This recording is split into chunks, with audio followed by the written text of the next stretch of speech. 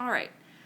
One of the most common problems that I see in student writing is integrating quotes properly. So we're going to talk about that for a moment before your essay on Friday.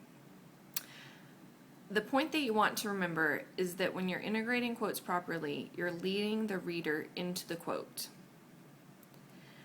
When you do not properly lead the reader into the quote, I call that a quote bomb. And usually that consists of just dropping a random quote into a paragraph in order to meet the, say, 2-quote requirement for that paragraph. So no quote bombs, be sure to lead the reader into the quote. Now I'm going to give you 2 simple steps to do that. The first one is you want to set up the quote.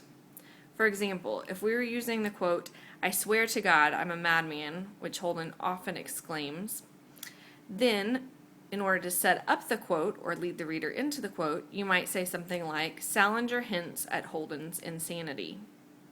You could also say something that's more in line with the context of the story, something along the lines of, "Holden often talks about himself as if he is a crazy person."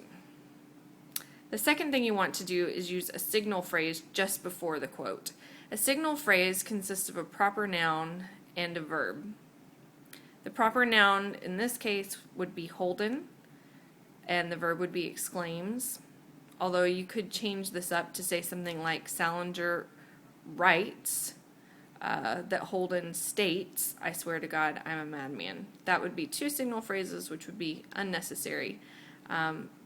But just kind of play around with it. But please make sure there are no quote bombs, once again, that you're leading the reader into the quote, and that you're somehow giving me a signal phrase letting me know who is speaking. All right, happy writing.